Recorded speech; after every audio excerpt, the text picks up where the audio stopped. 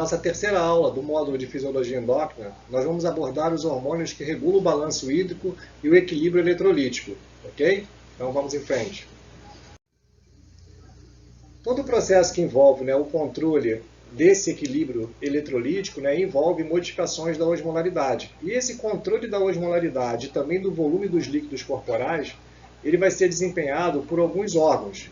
E esses órgãos envolvidos, os principais na regulação da água e dos eletrólitos, vão ser o trato gastrointestinal, que vai promover, é claro, a absorção dessa água e desses eletrólitos durante o processo digestório, ok? Nós vamos também ter aqui a presença dos nossos ossos, que são importantes fontes de reserva de um dos mais significativos minerais do nosso organismo, que é o cálcio, ok? E também os nossos rins, que trabalham no sentido de regular o equilíbrio hídrico e eletrolítico através do processo de excreção, regulando aí o quanto vai ser excretado de água e quanto vai ser excretado de eletrólitos. No caso dos peixes, nós temos ainda um outro órgão envolvido, que são as brânquias, Então as brânquias, como vocês viram lá com a Beatriz, quando ela falou na primeira aula lá de fisiologia renal, elas têm papel importante nesse equilíbrio hídrico e eletrolítico nos peixes, promovendo a secreção e a absorção também, principalmente a secreção, o controle de secreção de eletrólitos, para ajustar a osmolaridade desses animais, para que eles possam vencer os desafios, no caso dos peixes que vivem em água salgada, que tem um ambiente hipertônico, e no caso dos peixes de ambientes aquáticos dulcícolas, que estão no meio hipotônico. Então eles têm que lutar contra esses desafios impostos pelo meio externo, e uma parte desse processo é feito pelas brânquias desses animais. Bom, para a gente começar a falar dos hormônios envolvidos, a gente vai falar aqui do hormônio antidiurético, conhecido também como arginina vasopressina, ou muitas vezes chamado apenas de vasopressina, que é o hormônio presente nos mamíferos, nos vertebrados mamíferos. Enquanto que nós temos um outro hormônio análogo, que é a vasotocina, que está presente em anfíbios, répteis e aves. Tanto a vasopressina quanto também a vasotocina são hormônios neurohipofisários. E esses hormônios eles vão estar presentes em todas as espécies de vertebrados. E além disso, eles também podem ser encontrados em vários outros invertebrados, como os urocordatos, os moluscos, os anelídeos e também os artrópodes. Então isso mostra para a gente o grau de conservação desses hormônios. Então esses hormônios neurohipofisários são, portanto, um dos mais amplamente sistemas hormonais distribuídos no reino animal, como está descrito aqui lá pelo Yamaguchi e colaboradores num artigo publicado falando sobre a endocrinologia geral e comparativa. Esses hormônios hipofisários, lá da neurohipófise, são nonapeptídeos, ou seja, a natureza química deles é uma natureza proteica, e são formados por sequências de aminoácidos, e são secretados em resposta ao aumento da osmolaridade plasmática. Nós vamos falar já sobre esse processo de ajuste de regulação da secreção desses hormônios. E aqui, embaixo dessa figura que nós já vimos na aula anterior, ela mostra a sequência de aminoácidos que formam a vasopressina e a sequência de aminoácidos, dos 9 aminoácidos que formam a vasotocina, aqui no caso de um anfíbio. Aqui mostra para a gente o seguinte, que existe apenas alteração de um único aminoácido na estrutura primária desses nonapeptídeos. É por isso que eles são denominados de forma diferente, porque acabam se tornando, embora tenham funções semelhantes, desempenhem funções semelhantes, eles têm uma estrutura distinta. Por isso que a gente chama de vasopressina aqueles dos mamíferos e de vasotocina das outras espécies de vertebrados. Bom, a nossa osmolaridade plasmática ela vai ser controlada justamente pelo ADH, porque ele é um hormônio que responde a essas variações dessa variável, no caso a osmolaridade. Okay? Então basta uma variação da ordem de 3 a 5% que o sistema do ADH já vai ser ativado. Como é que isso é ativado? Primeiro, nós temos estruturas lá na região hipotalâmica que elas são responsáveis por perceber essas variações de osmolaridade no nosso organismo.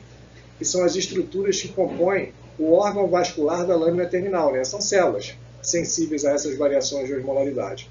E essas células mandam informações em direção aos núcleos hipotalâmicos responsáveis, principalmente o núcleo supraóptico, responsável pela síntese do nosso ADH, ok? Então essa informação é mandada em direção a essas células são despolarizadas, geradas potenciais de ação que percorrem toda a extensão do axônio até chegar no terminal axônico, que fica localizado justamente na nossa neurohipófise. E lá, dessa forma, eles liberam no leito vascular esse ADH, como nós vimos na aula passada. Ok? Bom, então a osmolaridade maior que 280 miliosmole já é suficientemente grande para promover uma ativação dos órgãos receptores hipotalâmicos que mandam informações em direção aos neurônios que sintetizam o ADH. O ADH, então, é secretado pela neurohipófise, cai na corrente sanguínea e vai atuar sobre o epitélio do duto coletor. Para quê? Para ter como resposta final o aumento da reabsorção da água. Okay? Isso porque ele insere poros, né, de água, chamado aquaporinas, vamos ver na figura a seguir, na membrana apical, aquela membrana voltada para a luz do nosso néfron. E dessa forma torna essa membrana apical mais permeável à água. Além disso, o sistema do ADH ele pode responder também a reduções relacionadas ao volume plasmático. Então, quando você reduz o volume plasmático, você reduz o estiramento sobre o átrio. E também diminui a pressão nos vasos sanguíneos, ou seja, nós também temos estruturas sensoriais, tanto localizadas nos vasos sanguíneos quanto no nosso coração, lá nos átrios, para perceber as variações de volume líquido circulante, que levam também como uma das suas respostas à secreção de vasopressina. Ok? Bom, vamos em frente. Então esse ADH, né, ou vasopressina que cai na corrente sanguínea, chega lá na região próxima dos nossos dutos coletores e também nos nossos túbulos distais, nas porções mais finais, através daqueles capilares peritubulares, aqueles vasos sanguíneos que circundam toda a estrutura do néfron. Essa vasopressina, então, vai se ligar no seu receptor. É um receptor do tipo metabotrópico, né? Por ser metabotrópico, ele produz mensageiros secundários, e no caso aqui é o AMP cíclico, que leva, então, a promover a inserção dessas proteínas, né, que estão aqui presas nas vesículas originadas lá do Golgi, que estão presas na membrana dessas vesículas, na membrana apical dessas células. Então essa inserção aqui faz com que a célula se torne mais permeável à água, facilitando a reabsorção da água contida na urina, para poupar aquela água, uma vez que a osmolaridade plasmática, por estar elevada, ela precisa ser controlada, não pode aumentar mais. Então a primeira ação é aumentar a reabsorção de água. Okay? E a água vai ser reabsorvida, essa reabsorção é facilitada pelo fato da osmolaridade estar aumentada no nosso plasma. Okay? Então aqui, ó, os receptores metabotrópicos do túbulo distal e dutos coletores são os receptores do tipo V2, tá? Da vasopressina. Eles aumentam a quantidade de canais para a água, que são as aquaporinas, e aumentam, consequentemente, a reabsorção dessa água. O aumento da osmolaridade plasmática cria uma sensação de sede nos animais. Isso acontece quando a gente, por exemplo, ingere principalmente cloreto de sódio. O sódio é o principal osmole que altera a osmolaridade plasmática. Ele é um osmole chamado altamente eficaz, por conta da sua capacidade de reter muita água. Okay? Então, quando a gente tem um aumento dessa osmolaridade, principalmente pela ingestão de cloreto de sódio e o aumento da concentração de sódio, em consequência disso, a gente tem uma sensação de sede aumentada e a gente começa a ingerir mais água. E quando a gente ingere mais água, essa água ajuda justamente a diluir um pouco esse meio, né, extracelular, ou seja, esse volume líquido circulante, e, consequentemente, diminuir a osmolaridade. Mas, em compensação, a quantidade de sódio presente, assim como também a quantidade de água que está circulando, estando aumentadas, precisam ser excretadas. E aí que entra em ação o peptídeo natriurético atrial. Então esse peptídeo natriurético atrial, né, a gente já falou sobre ele, né, ele é um peptídeo que ele é sintetizado e secretado pelas células do nosso átrio, do nosso coração, as células atriais. Ele tem um papel de promover a diurese do sódio, por isso que ele é chamado de natriurético. Lembrem, nátrium é um nome né, em latim, que representa o sódio na tabela periódica, e por isso que ele é abreviado como Na. Então, natriurético é alguma coisa que promove a diurese do nátrio, ou seja, do sódio. Então, esse peptídeo, né, ele vai ser secretado por essas células miocárdicas, né, atriais, no momento em que aumentar o volume líquido circulante. Elas vão sofrer uma distensão e a resposta disso é aumentar a secreção desse peptídeo natriurético atrial na corrente sanguínea. E ele vai atuar, né, lá no nosso rim, aumentando o ritmo de filtração glomerular, diminuindo a renina e também promovendo um aumento da excreção do sódio, do cloreto de sódio. E, consequentemente, a água vai junto. Por que isso acontece? Porque ele bloqueia a reabsorção do sódio nas porções mais finais do nosso túbulo distal. Okay? E ao promover o bloqueio da reabsorção de sódio, o sódio fica na luz do nosso néfron. E ficando na luz do nosso néfron, ele retém a água. E dessa maneira o volume líquido excretado é maior, facilitando então a excreção do próprio sódio, que havia sido ingerido, né, do cloreto de sódio ingerido, e também da água que foi ingerida para reduzir, né, a osmolaridade plasmática. Okay? Então ele trabalha no sentido contrário àquele do ADH. Então o ADH inicialmente responde, né, como se fosse na seguinte situação. No aumento de osmolaridade, a primeira resposta que o organismo tem que dar é de poupar água. Por quê? Para evitar que a osmolaridade aumente ainda mais. Só que só poupar água não resolve o problema da concentração desses solutos presentes no plasma. Então é necessário que você dilua isso. Como? Através da ingestão de água. E essa ingestão de água acontece por conta da sensação de sede. Porque o próprio ADH, além dele poupar a água, ele também estimula a sensação de sede no hipotálamo lateral. E aí o sujeito ingere água, aumenta o volume, e isso vai desencadear um aumento da secreção do peptídeo natriurético atrial, que vai ter como papel final o quê? Excretar aquela água que foi ingerida e também aquele cloreto de sódio lá, que também havia sido ingerido, que provocou o aumento da osmolaridade. Além de atuar nos nossos rins para regular, né, a excreção do cloreto de sódio e também de água, o peptídeo natriurético atrial atua no hipotálamo para inibir a própria liberação do ADH, porque agora não há necessidade de você aumentar a reabsorção de água, então inibe o ADH. Inibe também a aldosterona, que é produzida pelo córtex da glândula suprarrenal, da glândula adrenal, porque a aldosterona aumenta a reabsorção de sódio, não precisamos reabsorver mais sódio, pelo contrário, precisamos excretar o sódio. E também atua, né, sobre o tronco encefálico nos centros cardiovasculares para promover uma redução da pressão arterial, através de vasodilatação. Okay? Bom, um outro hormônio importante envolvido nesse equilíbrio hidroeletrolítico é a aldosterona. A aldosterona é um mineralocorticoide. Por que isso? Porque a aldosterona ela é formada a partir do colesterol. E esse colesterol, né, essa molécula de colesterol, vai gerar um hormônio chamado de esteroide. Então esse oide aqui é de esteroide. O córtico é do córtex da glândula suprarrenal. E mineralo porque é um esteroide que atua no córtex da glândula suprarrenal para promover lá uma ação sobre o mineral, que no caso é o sódio. Então isso é o que a aldosterona faz, que é o principal mineralocorticoide secretado pelos animais. Então a secreção da aldosterona ela vai ser influenciada pelo aumento da angiotensina 2, ou numa situação chamada de hipercalemia, né? Aqui no caso hipercalemia é um aumento da concentração de potássio. Tá? Lembra que o símbolo, né, do potássio na nossa tabela periódica é o K. E o K é porque é a abreviação do nome do potássio em latim, que é chamado de calium. Então, sempre que vocês ouvirem aqui hipercalemia, é porque está falando do cálium. Cuidado para não confundir com calcemia. É diferente, então preste atenção nisso, ok? E também ele vai ser influenciado pelo peptídeo natriurético atrial, como a gente viu anteriormente, né? Que ele é capaz de promover uma inibição dele, né? Então a secreção da aldosterona vai ser feita justamente por esses 3 agentes aqui, principalmente. Na verdade, a angiotensina 2, lembra que ela vai ser liberada toda vez que ocorrer uma redução do volume líquido circulante, ou então da carga filtrada de sódio, se ela diminui.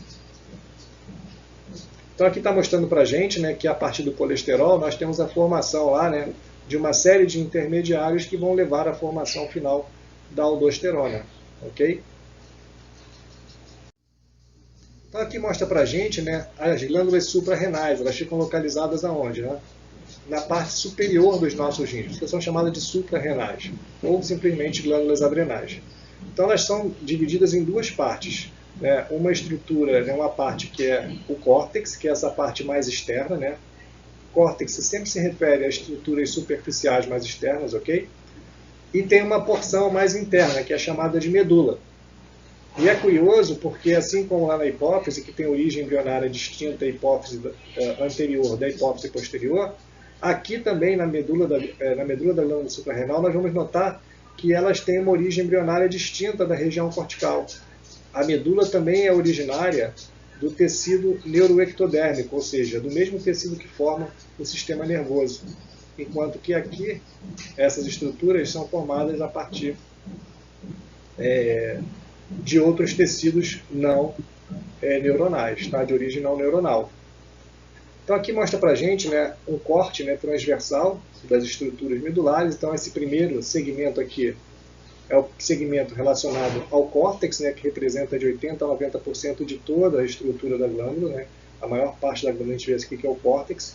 E aqui a medula, ó, que representa de 10% a 20% de toda a glândula suprarrenal. E esse córtex é dividido ainda em várias camadas. Né? E a camada que a gente está falando aqui, que interessa mais para a gente, é a zona glomerulosa, onde é produzida, né, sintetizada e secretada a aldosterona. Então essa aldosterona, ela depende desse sistema, né? Renina, angiotensina, aldosterona, ok? Ou então, é claro, né, ela pode ser regulada também por um aumento da concentração de potássio. Então aqui mostra pra gente como é que é regulado a secreção da nossa glândula adrenal na sua região cortical. Aumento de concentração de potássio ou uma redução da pressão arterial, né? Porque reduz o volume líquido circulante. Então, a redução aqui do volume líquido circulante é que estimula essa via, que é a via, né, de sinalização da angiotensina, renina, angiotensina, aldosterona. Então, é a via do sistema renina-angiotensina. Tá joia? O SRA aqui.